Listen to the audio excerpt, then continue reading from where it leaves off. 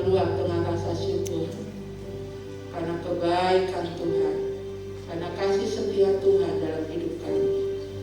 Terima kasih Tuhan buat kemenangan ketika kami dalam pergumulan yang berat. Terima kasih untuk kesembuhan yang Kau berikan ketika kami sakit. Terima kasih Tuhan, Engkau mencukupkan ketika kami berkekurangan. Kami datang meminta pertolongan. Segala pujian, hormat, kami syukur, kami kembalikan bagi nama Tuhan.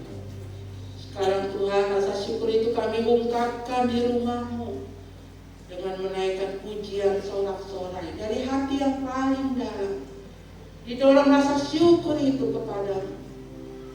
Dan kami juga rindu di dalam pertemuan ini Engkau berbicara buat kami lagi.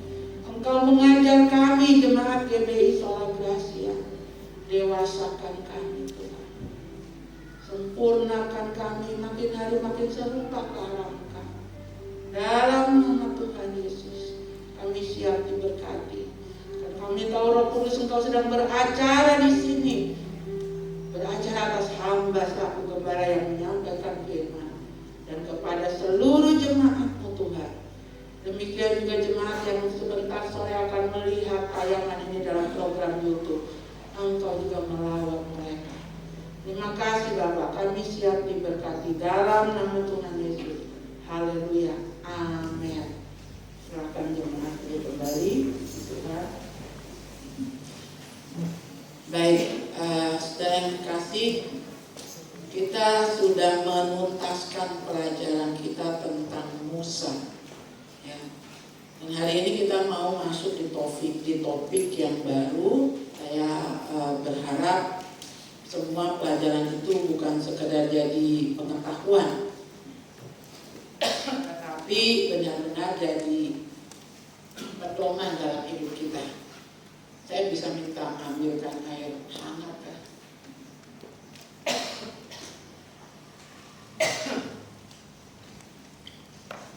Saya minggu ini agak capek sekali saudara, sangat capek ya. Tadi malam terakhir kegiatan di tempat Pak Hendra itu saya sudah soak sekali ya. Saya dan Yeremia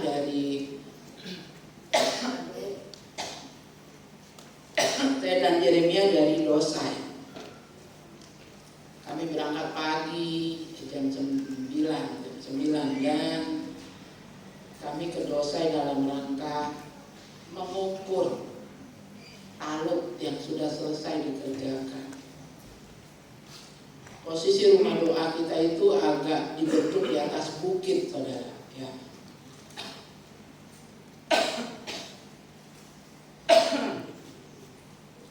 Posisi rumah doa kita di atas bukit, yang bukitnya bukan permanen, itu dibentuk pakai ekskavator. Jadi kami harus ukur. Punya nggak ya gambar rumah doa dengan talutnya itu bagian di LCD? Kami harus ukur betul-betul, diukur lebarnya, seberapa lebar luas talut yang dikerjakan 3 truk itu. Lalu kemudian diukur tingginya. Nah karena bentuknya bukit ini, tingginya juga nggak sama semua, ada yang 3 meter, ada yang 4 meter, mengikuti bentuk. Lalu trap yang terakhir.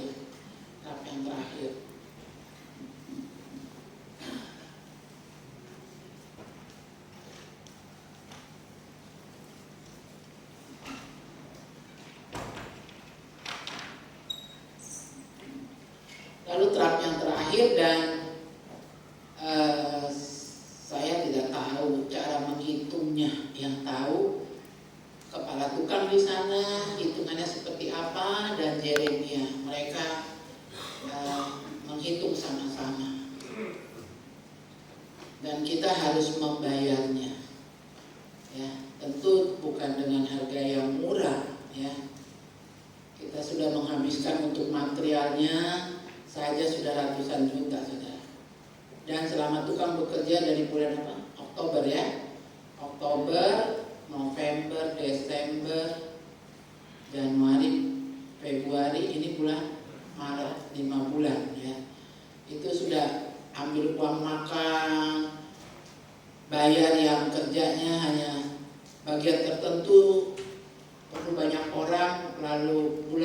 itu dikurangi. Nah, maka yang sudah selesai dibayar.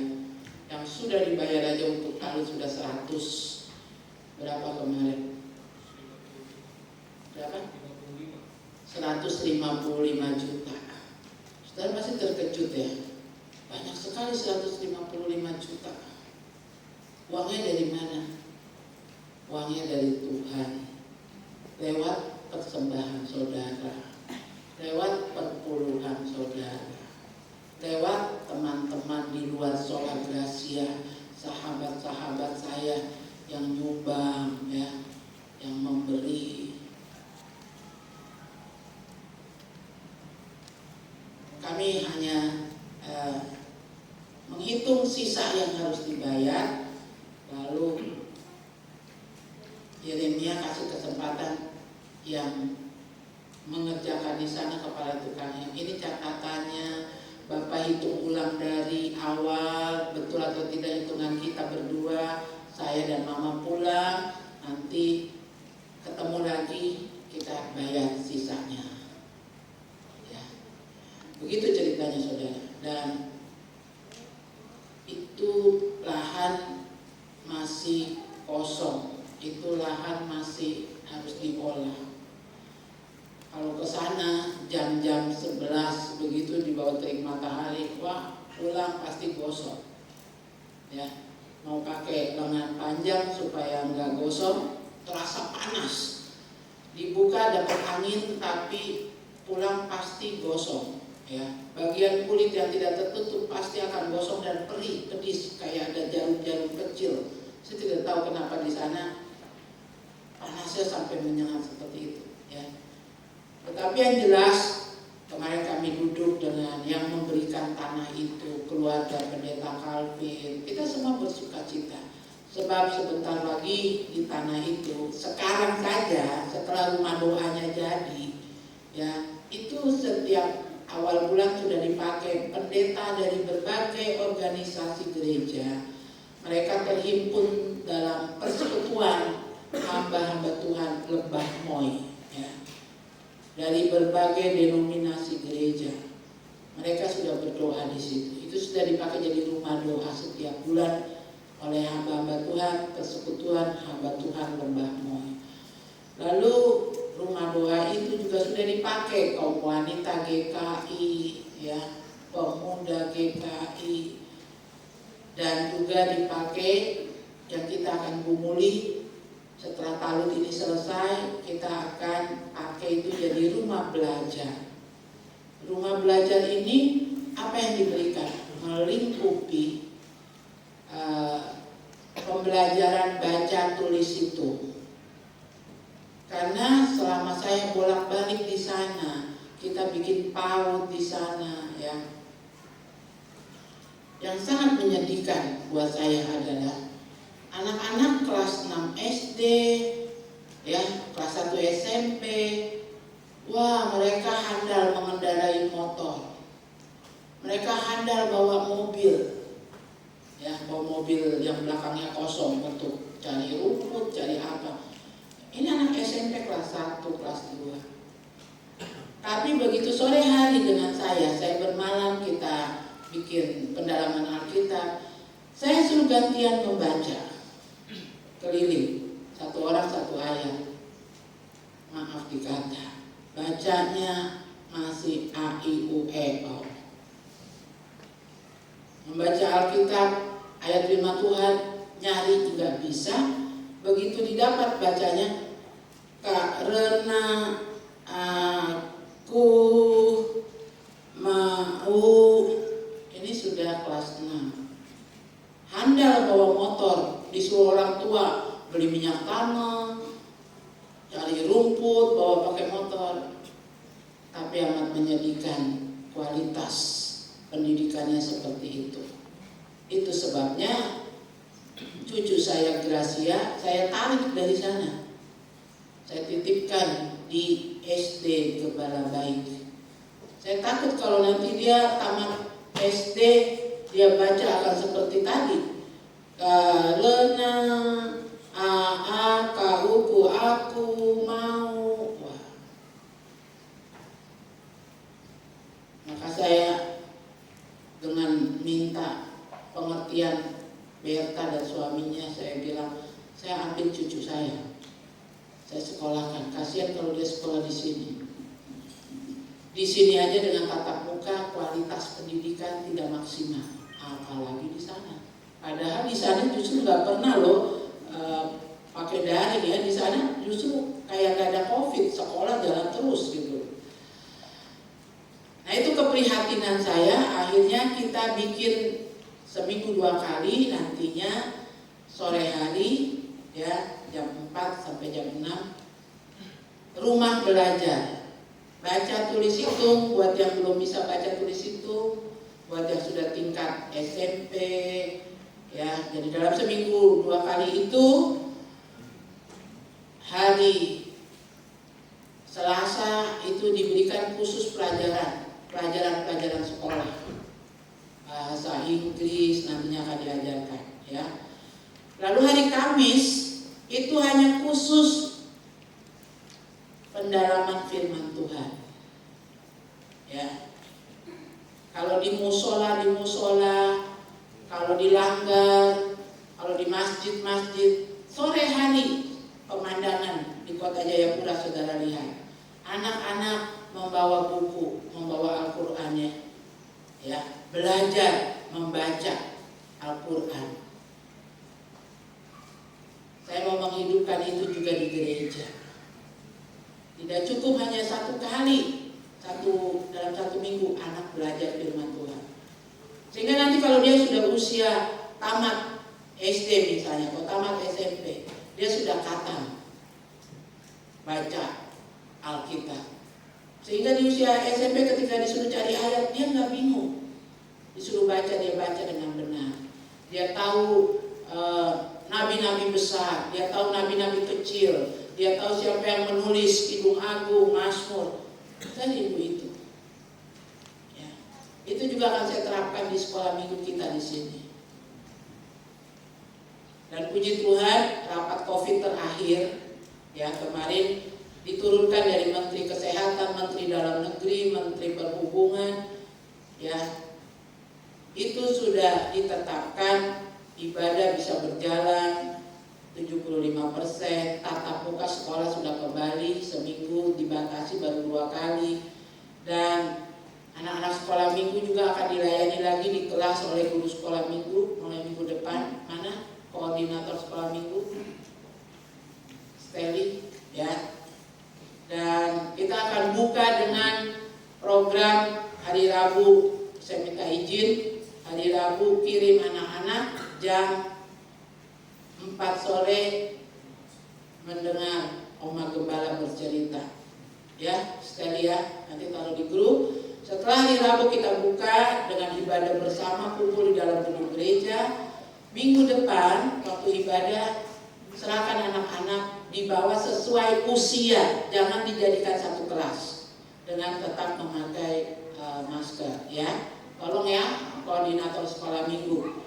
Itu yang bisa saya sampaikan. Dan juga ketika saudara bepergian, kalau saudara sudah selesai vaksin 1, vaksin 2 ya, saudara tidak perlu lagi di PCR ya. Itu kemajuan yang boleh disampaikan.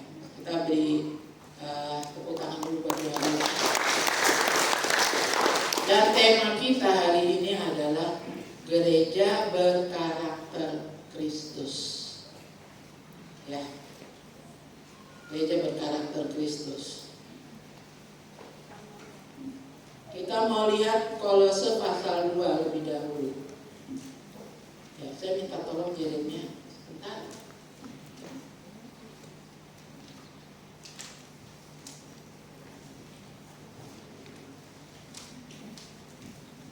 Ya, Kolose pasal 2 ayat 1 demikian bunyi firman Tuhan. Karena aku mau Kolose pasal 2 ayat 6, bukan pasal 2 ayat 1. Ayat yang ke-6, kepenuhan hidup dalam Kristus. Kamu telah menerima Kristus Yesus Tuhan kita. Amin. Saya belum lanjutin dulu nih. Kamu telah menerima Kristus Yesus Tuhan kita. Pertanyaannya adalah, ayat ini sudah terjadi dalam hidup saudara? Sudah? Saudara sudah terima Tuhan Yesus? Sudah. Apa tandanya? Hah? Dibaptis. Tidak cuma bilang saya percaya, setan kok percaya Tuhan Yesus. Dibaptis. Baptis yang sesuai dengan firman Tuhan. Baptis yang sesuai firman Tuhan gimana? Diselam. Ayatnya gimana? Setelah Tuhan Yesus dibaptis, setelah ia dibaptis, ia keluar dari air. Ada nggak ayatnya? Bisa dicariin nggak? Ia keluar dari air dan langit terbelah, terbuka, ya. Lalu Allah berkata, inilah anak yang kukasihi, kepadanya lah aku berkenan. Lalu turunlah burung merpati, Roh Kudus dalam bentuk burung merpati memberkati Yesus. Kalau kalimatnya sesudah dibaptis Yesus segera keluar dari air, berarti tadinya Yesus ada di mana? Hah? Di dalam air, makanya harus ditenggelamkan. Masuk semua, namanya dikuburkan. Kan nggak mungkin kita ngubur anjing mati aja, nggak mungkin cuma kepalanya aja yang kita kubur. Iya tidak? Kan baptisan itu adalah tanda kita kuburkan hidup lama kita. Jadi kalau dikuburkan ya tertutup semuanya. Sesudah dibaptis Yesus segera keluar dari air dan pada waktu itu ya sampai selesai. Ini sudah saudara alami. Yang belum, nanti pulang cari Pendeta Richard, Pendeta Fatima, karena minggu depan ini kita sudah mulai prabaptisan, pelajaran buat yang mau dibaptis. Pada saat pasca nanti ada jiwa-jiwa yang kita materaikan menerima Tuhan Yesus. Di remaja sudah ada yang daftar? Ada berapa? Ada 3. Saudara yang sudah dewasa, ya, mungkin saudara bilang ini, aku sudah dibaptis waktu bayi. Baptisan itu tanda pertobatan. Tidak ada bayi oe. Saya berdosa, saya dibaptis. Tidak ada. Ya, jadi yang belum, jangan tahan sebelum Tuhan datang. Karena ketika seseorang lahir baru, dikuburkan hidup lama, keluar dari baptisan, namanya dicatat di buku kehidupan Tuhan. Ya.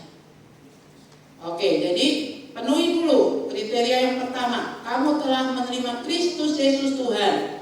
Karena itu hendaklah hidupmu tetap di dalam Dia. Hendaklah kamu berakar di dalam Dia dan dibangun di atas Dia. Hendaklah kamu bertambah teguh dalam iman yang telah diajarkan kepadamu. Dan hendaklah hatimu melimpah dengan syukur. Setelah dibaptis, hendaklah hidupmu tetap di dalam Dia. Masih dalam keadaan ini tetap di dalam Dia? Amin. Minta pertolongan, minta kehidupan semua di dalam Tuhan. Enggak minta di gunung, di pohon besar, di batu besar di kampung kita itu, batu keramat. Tidak. Tetap di dalam Dia ya. Baru hendaklah kamu berakar di dalam Dia. Lewat apa berakar? Lewat firman, pengajaran. Ya. Hendaklah kamu bertambah teguh dalam iman yang telah diajarkan kepadamu. Bertambah teguh, tak tergoyahkan. Hatimu melimpah dengan syukur. Teguh ya, tak tergoyahkan ya. Jangan sudah menikah 5 tahun masih belum punya anak, lalu tetangga sebelah datang. Udah berapa tahun? Udah 5 tahun. Belum ada isi. Isi apa Bu? Perutnya ada lah, di dalam perut ada usus besar, usus kecil gitu kan. Maksudnya sudah positif belum? Sudah ada tanda-tanda hamil? Belum nikah, anak muda, kalau udah umur 30, ketemu siapanya yang nanya? Udah punya pacar? Udah punya calon? Kapan menikah? Kalau udah umur 30. Sampai kesel ditanya begitu terus. Ya, satu kali ada anak muda pas berdiri sama om-om di acara orang nikah. Si om ini tanya, kapan menyusul jadi pengantin? Doain om. Kali berikutnya ketemu lagi anak muda ini sama om di depan peti mati, bapak-bapak mati. Karena ini anak kesel tiap kali ketemu ditanya, kapan menikah, kapan menyusul. Sekarang dia tanya sama si om, kapan menyusul? Menyusul mati maksudnya gitu. Kan gitu kan? Bertambah teguh. Jadi kalau gitu, begini saja, Desi, Neni, siapa lagi nih yang pada belum dapat jodoh? Kok ambil bunga setaman? Taman bunga di mana yang saya harus ambil bunganya? Bunga setaman itu bunga 7 rupa. Bunga apa mah? Bunga bangke, bunga melati, bunga kai ayam, bunga kai ayam. 7 rupa bunga, taruh di akhir. Kita mandiin ini yang belum pada dapat jodoh.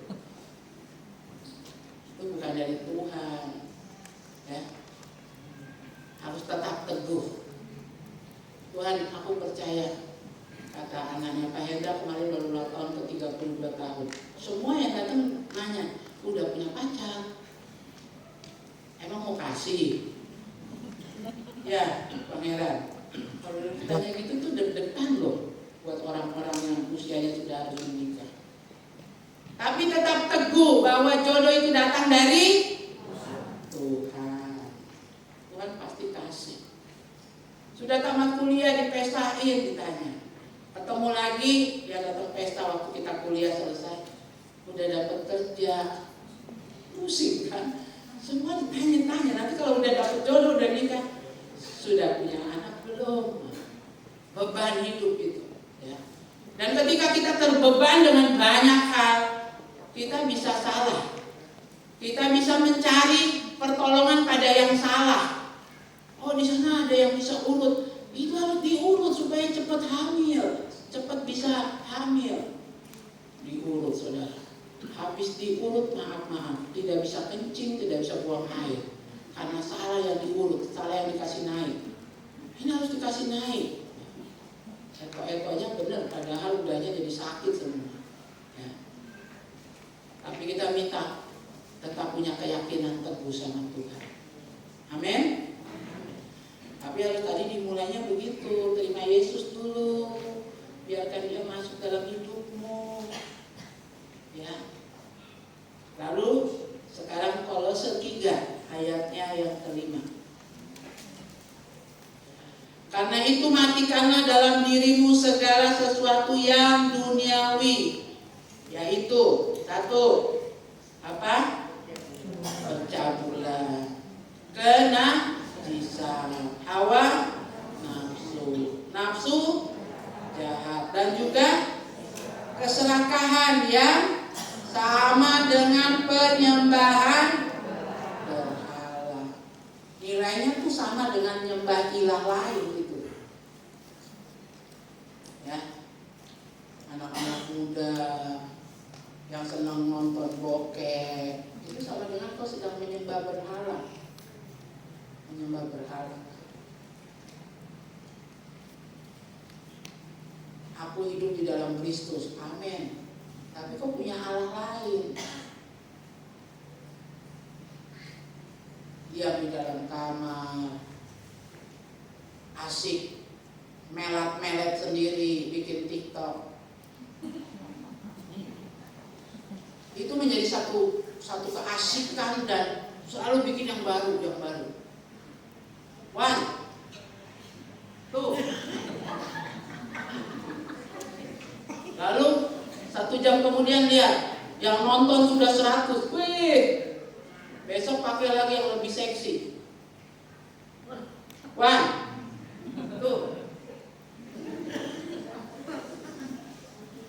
ada lagunya lagi apa tuh ya lagunya? Kok kamu suka begitu, gimana lah gitu, saya nggak tahu ya. Kalau waktumu main-main kayak gitu lebih daripada kau cari Tuhan, kau sudah memberhalakan barang-barang itu. Masalahnya itu begitu. Matikanlah dalam dirimu segala sesuatu yang duniawi. Ya. Yang keenam, semuanya itu mendatangkan murka Allah atas orang-orang durhaka. Saudara tahu murka? Murka itu di atasnya marah gitu loh. Murka itu di atasnya marah. Ya sudah sangat murka. Lebih daripada marah. Ya. Dahulu kamu juga melakukan hal-hal itu ketika kamu hidup di dalam duniawi itu. Tetapi sekarang buanglah semuanya ini, yaitu marah, geram, kejahatan, fitnah, dan kata-kata kotor yang keluar dari mulutmu. Gak boleh ya bilang gini. Oh, jangan kaget, kita punya kebiasaan orang-orang di Indonesia Timur ini orang-orang keras, apalagi yang tinggal di pinggir laut, yang naik gunung, turun lembah, intonasinya selalu tinggi, kalau marah juga semua perbendaharaan, kata-kata kotor dilengkapi. Nah, itu emang kita begitu, kita tuh begitu sudah dari sononya. Dari sono yang di mana? Dari sononya manusia diciptakan serupa segambar Allah, dihidupkan dengan nafas hidup dari Allah. Karakter Allah ada pada manusia harusnya, ya. Lalu ayat yang keberapa? 9. Jangan lagi kamu saling mendustai karena kamu telah menanggalkan manusia lama serta kelakuannya. Makanya tadi jalan pertama harus terima Yesus, dibaptis, tinggalkan hidup yang lama, kuburkan, lalu kenakan manusia baru. Ketika keluar dari baptisan bukan berarti, aku sudah berubah. Kayak film-film robot itu, ya, Spiderman. Dia lagi kuliah, begitu ada masalah, berubah jadi manusia laba-laba, cerot, terbang pakai apa? Pakai getah laba-laba, jaring-jaring laba-laba. Bukan ketika keluar dari air baptisan saudara jadi aku berubah. Ya memang berubah. Setelah itu diwajibkan dalam pertandingan iman, ditaruh di garis start. Garis start. Finishnya di garis finish ini. Ada berapa garis finishnya? Garis akhirnya 1. Is dead, meninggal, innalillahi, ya kan? Tapi bisa berani kayak Rasul Paulus tidak ngomong, aku telah mengakhiri pertandingan iman, mahkota telah tersedia bagiku. Atau matinya begini, sampai diikat-ikat pakai perban supaya rapat, matanya sampai ditekan supaya tertutup, sampai yang megang gantian cucunya, mantunya, anaknya. Begitu dilepas, kalau orang di dalam Tuhan matinya tuh wajahnya berseri-seri kayak tidur, nggak melotot mendelik gak jelas, enggak. Dia seperti tidur. Sampai orang yang datang kalau perempuan, aduh cantik sekali. Kan kita kalau meninggal kan di dalam peti perempuan di make up kan, pakai baju pengantin putih karena mau bertemu pengantin kita. Yang laki-laki juga pakai jas gitu. Ya. Tapi Tapi kalau jasnya dibeli harga juta, terus lidahnya melet, matanya mendelik kan, setiap yang datang beri penghormatan terakhir.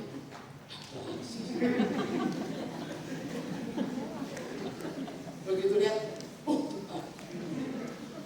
begitu keluar kan, serem banget ya. Habis dibaptis, ditaruh di garis start pertandingan iman. Berakhirnya finishnya di sini. Kita nggak tahu dikasih umur berapa sama Tuhan. Kita nggak tahu jam berapa kita mati, hari apa kita mati. Kita nggak tahu. Kita nggak tahu Tuhan datang kapan. Tapi kita tahu Dia datang, dibilang kayak pencuri.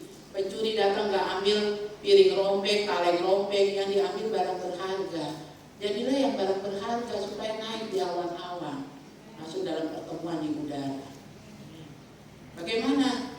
Bertekun, teguh, buang segala kotor. Ya, kenakan manusia baru yang terus-menerus diperbaharui. Kan udah baru, Ibu Gembala udah keluar dari air baptisan. Oke.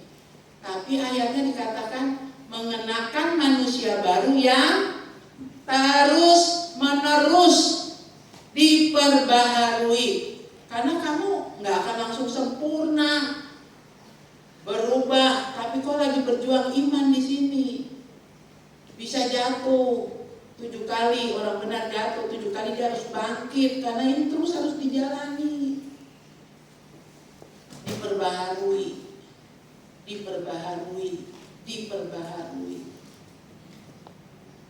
Mau nggak terus diperbaharui? Amin. Jadi jangan tersinggung kalau firman Tuhan kena di hati. Kok itu perempuan Cina di depan itu, perempuan Tionghoa di depan itu, tahu yang gue minggu ini salah. Siapa nih yang ngadu? Jangan-jangan sikut istri. Kok ngadu apa sama Ibu Gembala? Sampai khotbah nyinggung-nyinggung saya. Saya tuh gak perlu aduan dari siapapun.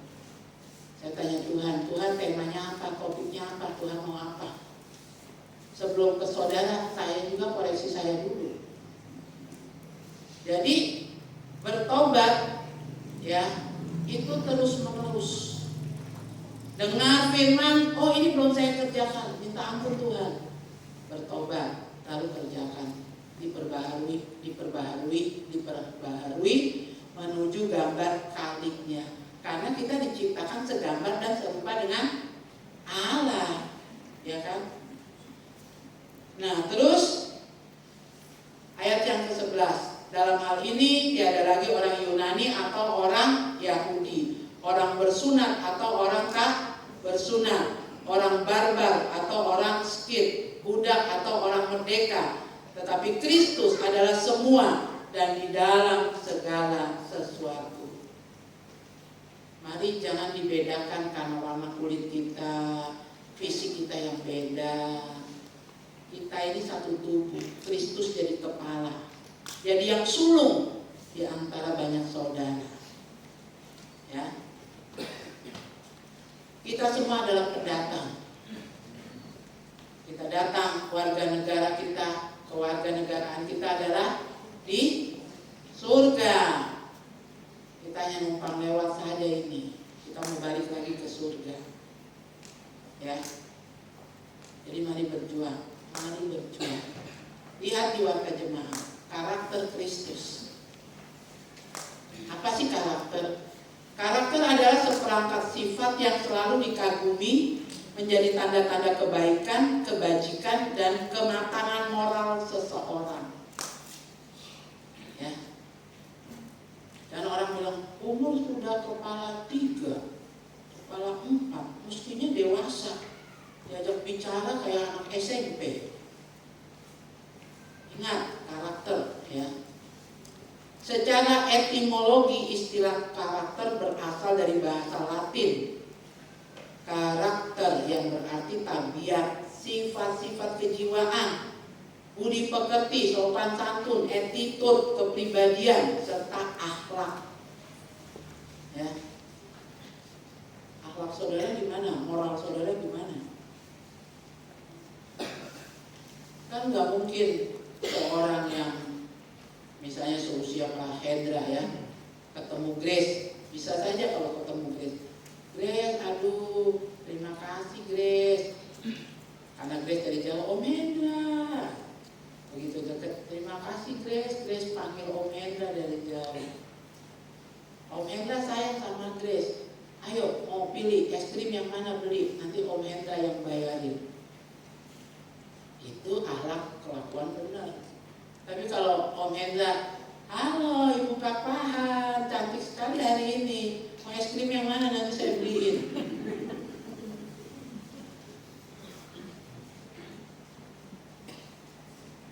Itu gak waras gitu. Ya. Ingat tentang karakter. Ya. Lalu dikatakan, lihat di baliknya, Roma 8 ayat 29. Sebab semua orang yang dipilihnya dari semula, mereka juga ditentukannya dari semula untuk menjadi serupa dengan gambar anaknya, supaya ia, anaknya itu, menjadi yang sulung di antara banyak saudara. Berikut ialah karakter Kristus sebagai manusia. Ingat, Tuhan Yesus itu 100% Allah waktu dia di dunia ya, tapi juga dia 100% manusia. Dia bisa lapar, dia bisa haus, dia bisa menangis ketika melihat hal-hal yang menyentuh hatinya. Karakter yang pertama, penuh perhatian. Hati Yesus selalu tergerak oleh belas kasihan. Oleh sebab itu, ia tidak tinggal diam jika manusia mengalami kesusahan. Matius 8 ayat 5-7 ini satu peristiwa contoh di mana seorang perwira mendapatkan Tuhan Yesus dan mohon kepadanya, Tuhan, hambaku terbaring di rumah karena sakit lumpuh dan ia sangat menderita. Yesus berkata kepadanya, aku akan datang menyembuhkannya.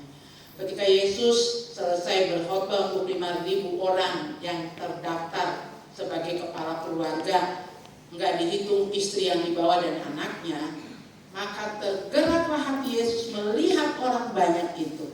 Lalu Tuhan Yesus tanya, ini sudah mau sore nih, udah mau petang, dan bentar lagi malam baru, ini orang sebanyak ini gimana ya? Orang harus pulang, sudah kenyang, harus makan. Gampang tersentuh hatinya. Saudara gimana?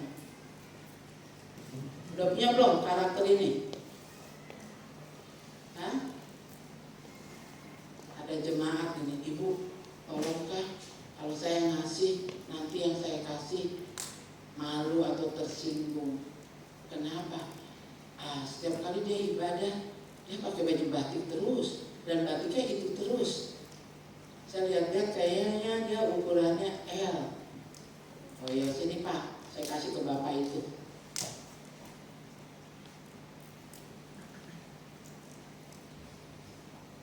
Oh itu pendeta Jeremia tiap ibadah bajunya hitam terus, Ibu Gembala. Ini kami beliin baju warna putih. Ternyata Jeremia punya baju hitam, kaos hitam, selusin, saudara. Dan dia lebih suka pakai warna hitam biar kelihatan langsing gitu. Jadi waktu di Ibu Gembala ini kita bawa baju warna putih, kasihan Jeremia. Jangan sampai bajunya satu itu terus hitam. Yang udah punya selusin. Ya, gampang tergeraknya hati saudara. Lihat tetangga di sebelah, mamanya lagi asik kerja, udah jam 6. Anak saudara mau saudara kasih makan, panggil lah. Pisan sambur panggil anak tetangganya. Sudah makan belum? Belum. Ayo masuk, makan sama Kia. Makan sama anak Om Isan. Gampang tergerak hati saudara. Hah? Hujan-hujan keluar dari restoran, ada tukang ojek payung, anak kecil. Tante ojek payung, tante. Pegang yang betul ya, jangan sampai saya kena air hujan ya, sambil melotot-melotot nih. Kau ikutin saya mau buka pintu ini, jangan nanti basah kepala saya. Duduk manis di pintu mobil kan,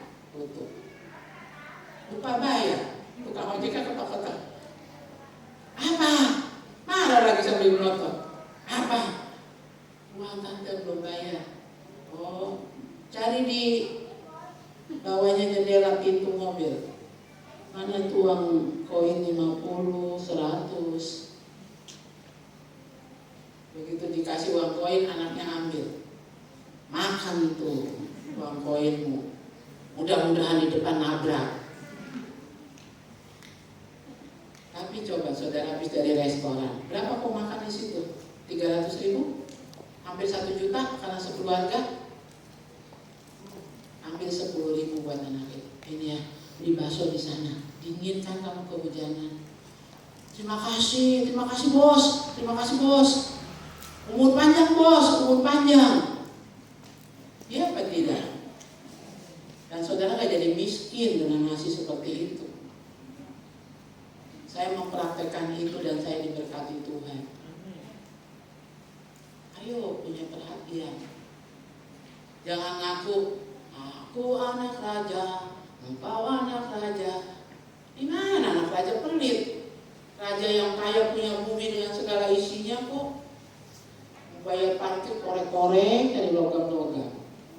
Uang logam itu kumpulin, kalau udah 5 botol ya, bawa ke hypermart tuker atau ke tempat fotokopi.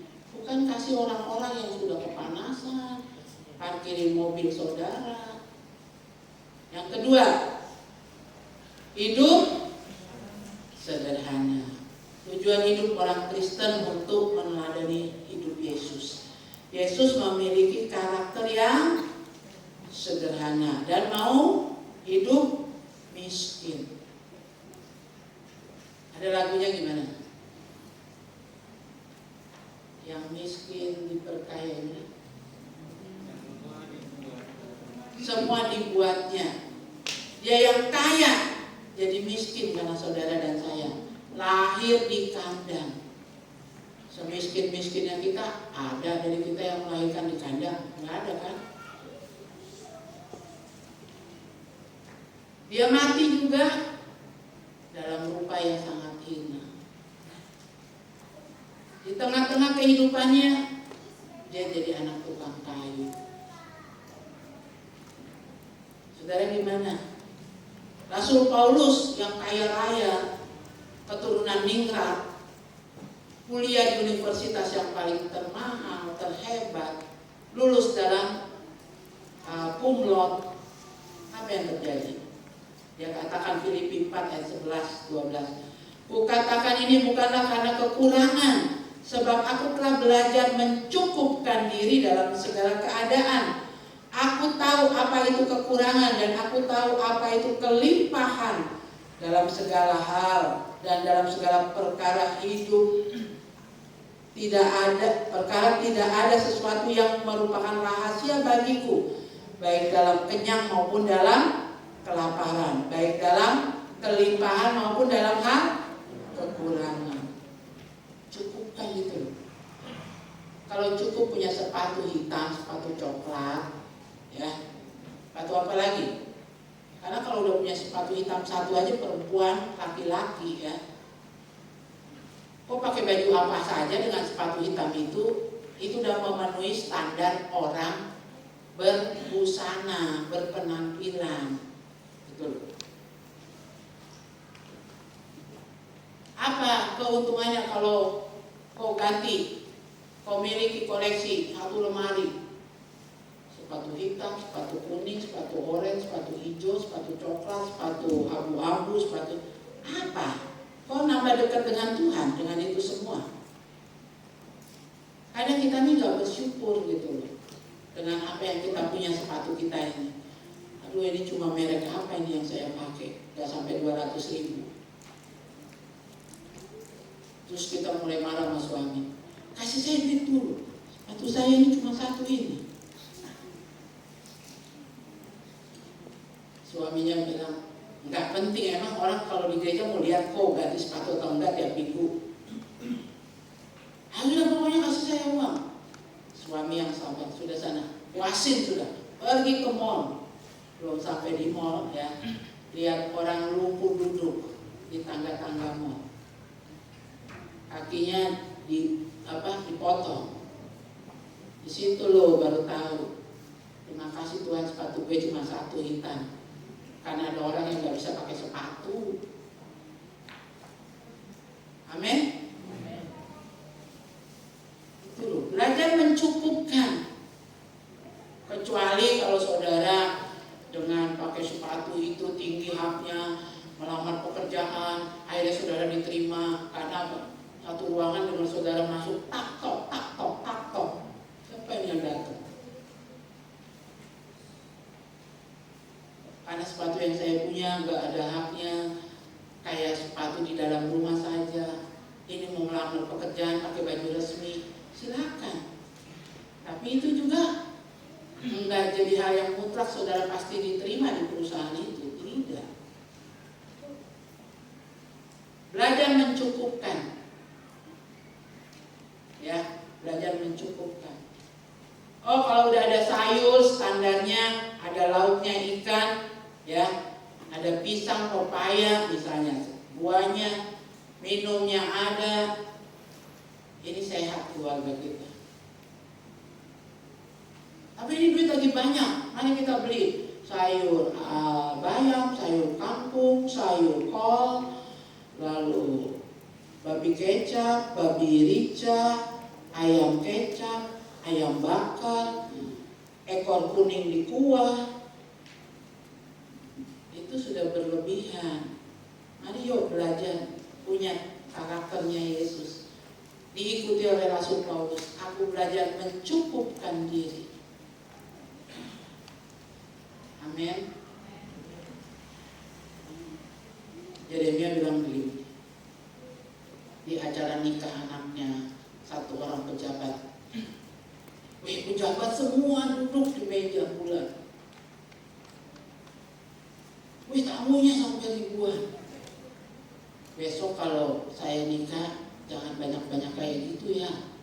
Entah saya juga waktu salaman bingung ini siapa ya, saya nggak kenal. Saya mau temannya mama, yang teman mama harus yang benar-benar teman yang dekat.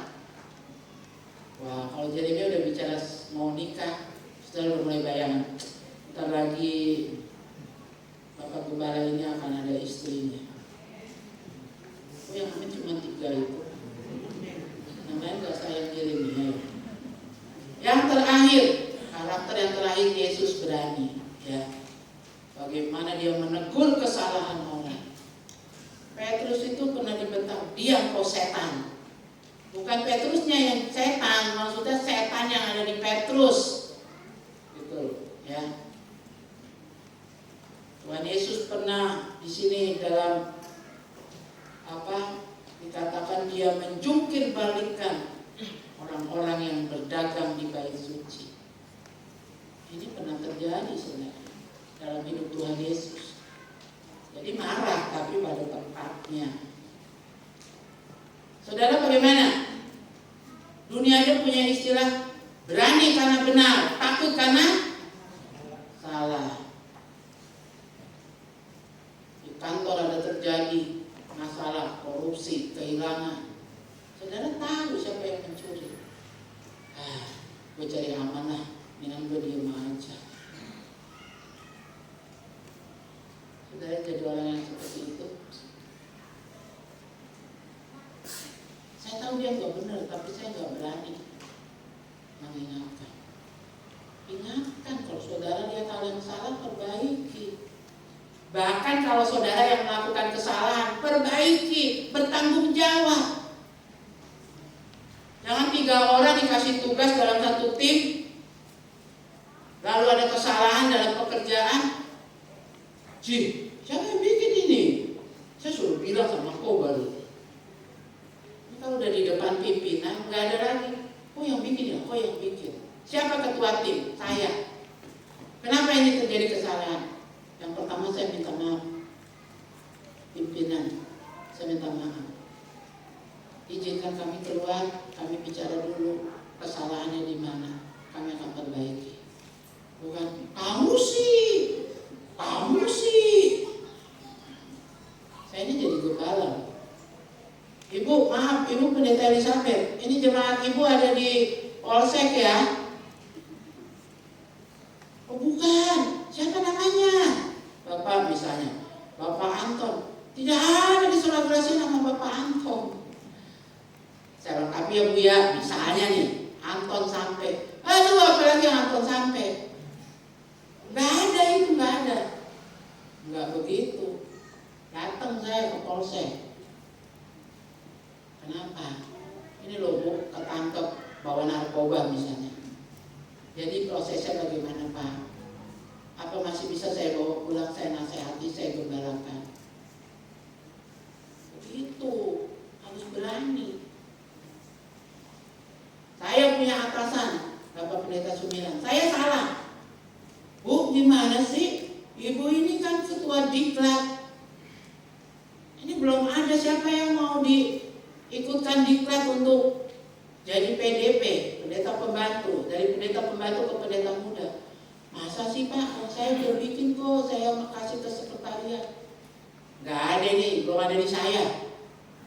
Ya Bapak jangan salahin saya dong. Saya udah ini. Saya nggak gitu. Iya Pak Ketua. Saya cek dulu ya ke orang yang saya serahkan. Saya minta waktu Pak. Saya minta maaf. Soalnya ini saya kan mau Zoom sama Jakarta, mau laporan. Iya Pak, saya minta maaf. Saya minta maaf. Saya cek ke orangnya. Begitu bukan? Habisnya kemarin ini aja membela diri. Enggak gitu. Apakah engkau anak Allah? Ya, seperti yang kau katakan. Tuhan Yesus bilang gitu enggak? Bukan, jangan tangkap saya. Enggak begitu. Harus berani. Harus berani dan benar. Salah melakukannya, fatal. Bereskan, minta maaf. 7 kali orang benar jatuh, 7 kali juga dia bangkit. Jangan kayak Yudas sudah salah pergi dan bunuh diri. Jangan. Petrus juga melakukan kesalahan fatal, menyangkal Yesus sampai 3 kali.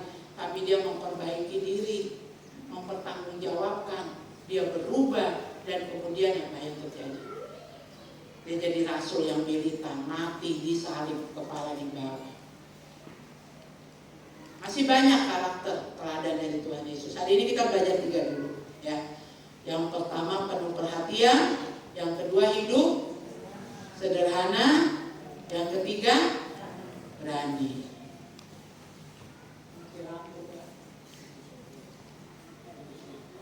Semoga tidak mati lampu, hanya turun itunya saja, tegangannya. Jadi sekali lagi, marilah kita bangkit dan mau terus diproses, disempurnakan menuju gambar kalimnya. Ya, manusia diciptakan segambar Allah, tapi jatuh dalam dosa, jadi coret-moret gambar Allah ini. Sekarang mau kembali diperbaiki kepada posisi jadi gambar Allah lagi. Berapa banyak yang mau diproses? Diproses itu sakit. Berarti saudara siap sakit? Siap. Yang siap cuma mama ibu. Nanti yang masuk surga mama ibu sendiri, kita ketinggalan. Semua siap? Amin ya. Jadi waktu kita nyanyi nggak diketawain sama setan. Waktu kita nyanyi seperti Yesus, seperti Yesus, itu saja yang ku pinta. Iblis gak bilang ini, tipu. 2 jam ya seperti Yesus, rapi di gereja, duduk tenang. Ditanggalkan hidup yang gak benar di halaman gereja. Nanti waktu pulang pakai lagi. Senin sampai Sabtu pakai lagi. Begitu Sabtu menjelang malam baru sadar. Besok hari Minggu kudus lagi nyanyi. Suci, suci, suci. Masuk ke gereja suci. Begitu pulang ambil lagi baju lamanya, pakai lagi. Tapi kalau hari Sabtu, hari Minggu, sumpah ini hari Minggu saya nggak melakukan dosa. Tapi nanti Senin, Selasa. Setan bilang, waktu kita nyanyi nih di sini ya, kita nyanyi lagu itu tadi, aku anak raja, engkau anak raja, kita semua anak raja. Setan tipu. Yang sampai setan tertawa sama kita. Ya, tapi waktu kita nyanyi, setan lihat-lihat kita, cari kesalahan kita, malaikat kasih jempol baru. Tidak bisa kita dijatuhkan. Miliki karakter. Jadilah gereja yang memiliki karakter Kristus. Jangan sekedar jadi gereja yang rutinitas. Oh, Natalan yuk kita punya perhatian ke panti asuhan. Oh, ini Paskah yuk kita kunjungan ke panti jompo. Ada tetangga di sebelah jompo gitu loh. Apa salahnya kok bikin puding, kok datang ke oma yang jompo itu? Jangan tunggu Paskah Natal ke panti jompo. Kasih ke tetangga sebelah ini. Jangan tunggu Natal Paskah ke panti asuhan. Itu loh di sebelah. Mau ada mamanya, ada bapaknya. Tapi ya diurus gitu loh. Sudah jam 7 malam belum mandi. Udah makan belum? Sini makan. Yuk kita mau praktek. Mulai dari Yerusalem. Di rumah kita, tetangga kiri kanan, muka belakang. Kita melakukan itu. Amin. Kita menyanyi seperti Yesus, seperti Yesus.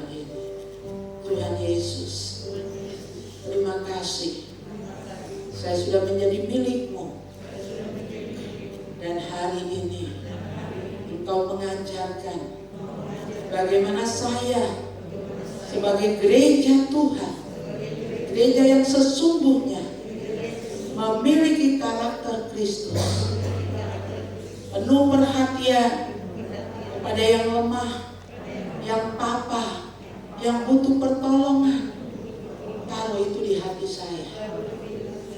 Belajar mencukupkan diri dalam segala kelimpahan berkat yang Engkau berikan, dan berani bersikap yang benar dimanapun Engkau tempatkan Terima kasih Tuhan, kalau selama ini kami belum mengerjakannya. Kami minta ampun di hadapan Tuhan. Ubahkan kami Bapa. Roh Kudus, bawa kami terus diperbaharui, makin sempurna ke gambar Allah. Haleluya. Amin. Kita beri kemuliaan bagi Tuhan. Mau lihat pengumuman, ya. Minggu depan ibadah kaum pria yang kita jalani minggu ke depan hari Jumat jam 18.30 akan dilayani pendeta tamu, ya, Tuhan tamu.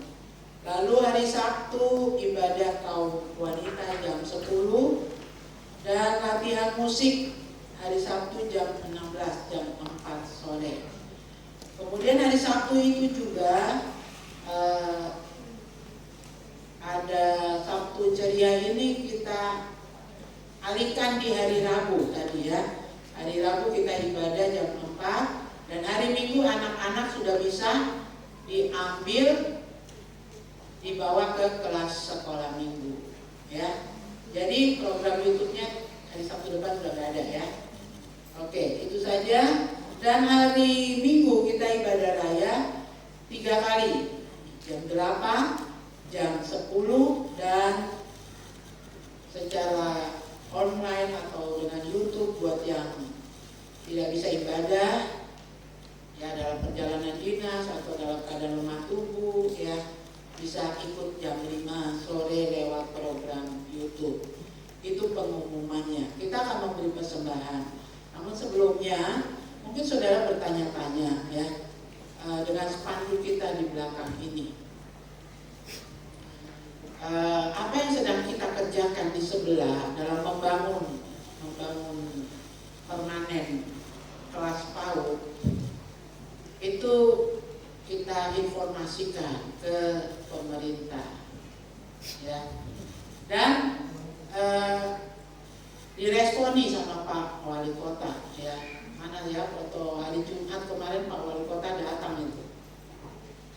Habis peresmian gedung PGRI di Kota Raja, beliau udah datang. Mana fotonya, ada nggak?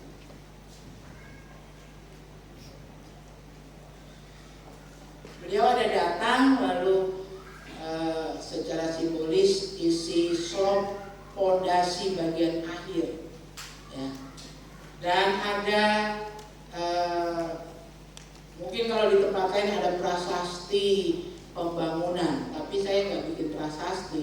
Saya hanya bikin macam piagam begitu, bertuliskan biarkan ayat firman Tuhan, biarkan anak-anak itu datang kepadaku, jangan menghalang-halangi mereka, ya.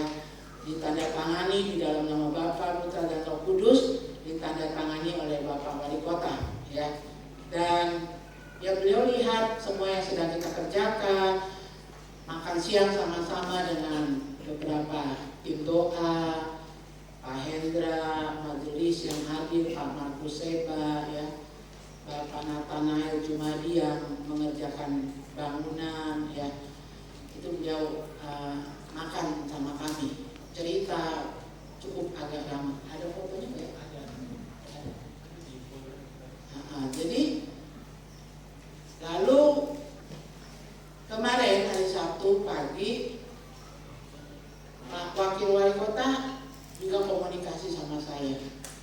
Beliau kan kalau pagi lewat toh, keluar dari rumah jabatan ke kantor. Ibu Pendeta, saya juga mau datang mengunjungi jemaat, melihat jemaat. Dan saya bilang dengan Pak Wali Kota, lalu Pak Wali Kota bilang, saya siap hadir. Saya belum tahu sampai jam ini sudah ada informasi belum.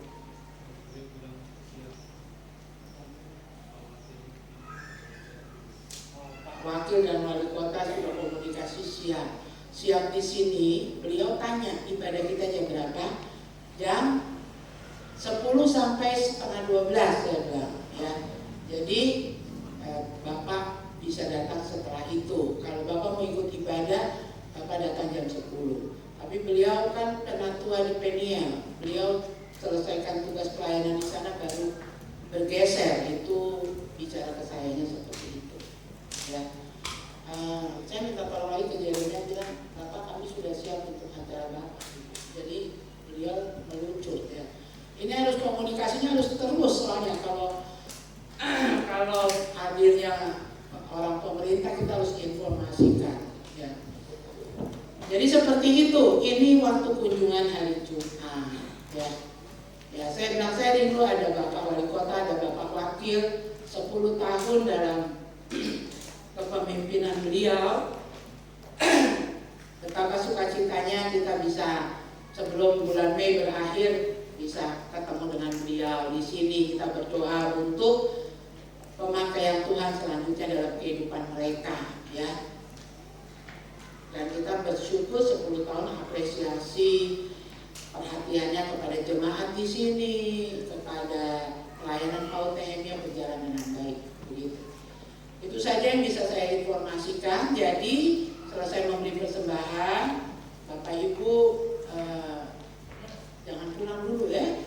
Tetap di tempat, ada snack yang diberikan sambil menunggu kehadiran beliau. Kita mau nyanyikan pujian apa? Himne Sukacita Surga. Ya. Nanti yang datang berkeluarga satu orang aja yang maju ke depan, ya. Oke.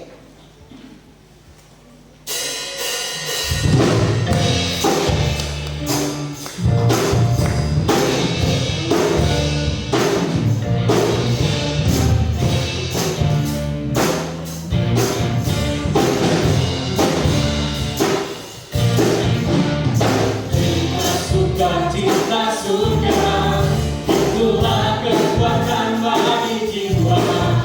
Sudah rasakan kasih-Nya di segala sukacita surga, itulah kekuatan bagi jiwa. Dapat saksikan kuasa-Nya, lakukanlah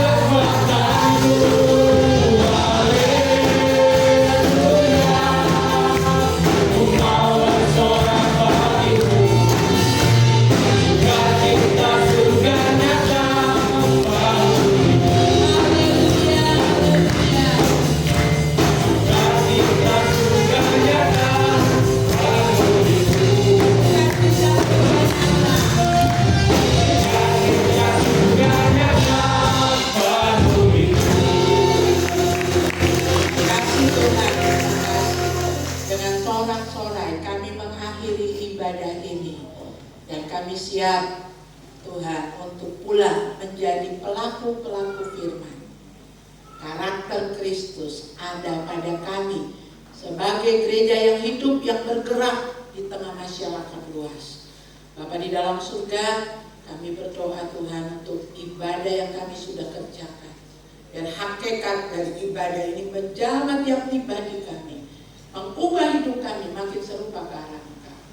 Tuhan juga menolong kami untuk menyalurkan kasih-Mu kepada orang-orang di sekitar kami. Terima kasih Bapak. Persembahan yang kami bawa untuk pengembangan, pembangunan yang sedang kami kerjakan, pekabaran Injil, diakonia, persepuluhan yang kami kembalikan, Tuhan menerima itu, memberkati, dan janji firman-Mu terjadi pada kami. Dihalau belalang pelahap, kerugian, kegagalan, orang yang mau berbuat jahat, mau berbuat curang kepada kami, ada pembelaan dari Tuhan. Dalam nama Tuhan Yesus, kami berdoa buat gereja di mana kami bernaung, Gereja Bethel Indonesia.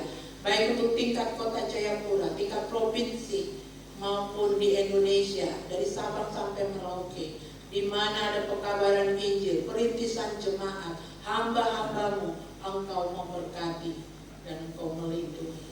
Kami berdoa juga untuk pekabaran Injil Gereja Bethel Internasional GBI di beberapa negara.